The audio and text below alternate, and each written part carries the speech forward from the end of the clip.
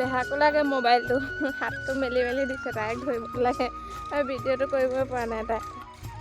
এইফালে দেখিছে পাচলিবোৰ ধুনীয়াকৈ ওলাইছে আৰু চব এইফালে আলু কৈছিলোঁ আলুবোৰ আছে ৰাতিপুৱা দেহাক লৈ ঘূৰি দিছোঁ দেহা হেই গুড মৰ্ণিং গাইজ কি খবৰ সকলোৰে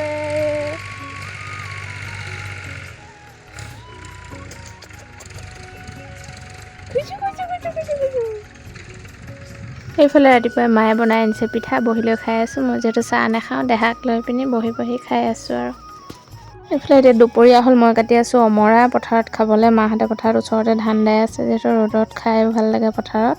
আৰু এতিয়া খাবলৈ মন গ'ল টেঙাখলি ইয়াত আহিছে নেকি ধুনীয়াকৈ কাটি লৈছোঁ আৰু নিমখ জলকীয়া ধুনীয়াকৈ দি ইয়াৰ লগত মোহাৰি পিনি খাবা অকণমান টেষ্ট কৰি চাইছোঁ জলকীয়া নিমখ নিদিয়াকৈ ভাল লাগিছে খাই ধুনীয়াকৈ কলপাত এখন কাটি লওঁ দেখিছে নাই মজা কলপাত হৈ আছে বাৰী ভাল লৈ লৈছোঁ ইয়াতে খাব লাগিব অমৰা খালে পূৰা ৰ'দটো চোৱাকৈ দি আছে একদম কালি কালি হৈ গৈছে মই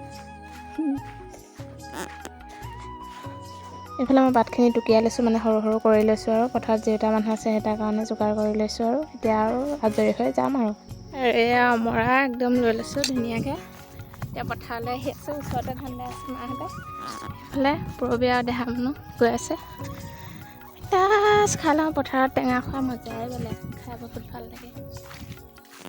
আৰু এই পথাৰ পাই গ'লে ওচৰতে একেবাৰে ঘৰৰ ওচৰতে আজি মানে মাহঁতে সোনকালে যিমান পাৰি সোনকালে দাই মেলি শেষ কৰোঁ বুলি ভাবিছে মানে পকা ধানখিনি আৰু দাবলৈ আছে বাৰু বেলেগত তথাপি এইখিনি ঘৰৰ ওচৰখিনি দাই শেষ কৰোঁ বুলি ভাবিছে মানে কাম আছে বহুত শনিবাৰলৈ সকামো আছে সেইবাবে সোনকালে আজৰি কৰোঁ বুলি ভাবিছে আৰু এইফালে চব গোট খাই গ'ল টিকলাকেইটা দেখিছেনে সিহঁতিও খাইছে পূৰা জ্বলা দিয়া আৰু পথাৰত এনেকৈ টেঙা খোৱা আমেজি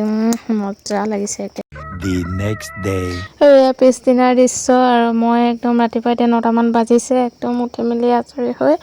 একেবাৰে কামত লাগি গৈছোঁ চাফাই অভিযানত যিহেতু এইখিনি পূৰা লেতেৰা হৈ আছে দেখিছেনে এইডোখৰ ষ্ট'ৰ ৰুম পূৰা মোৰ ৰুমটোৰ কাষতে মই ঘৰত নাথাকোঁ যেতিয়া সেই ৰুমটো ঠিক কৰি লৈছোঁ আৰু মানে তলত ৰুমৰ কাৰণে জেগা নাই সেইকাৰণে ইয়াতে ওপৰতে চাংঘৰটোতে মই ৰুম ঠিক কৰি লৈছোঁ আৰু আজি এইখিনি পূৰা চফা কৰিব লাগিব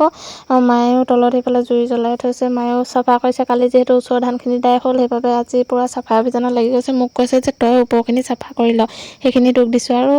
সেয়াই চাফা কৰি লওঁ তাৰপাছতে কি হয় কি নহয় দেখা যাওক মায়েও মাৰ নিজৰ কামত লাগি আছে মায়ে কৈছে যে ভিডিঅ' কৰি থাকিবি নেকি মই কৈছোঁ যে ভিডিঅ' কৰি আছোঁ কাম কৰি আছোঁ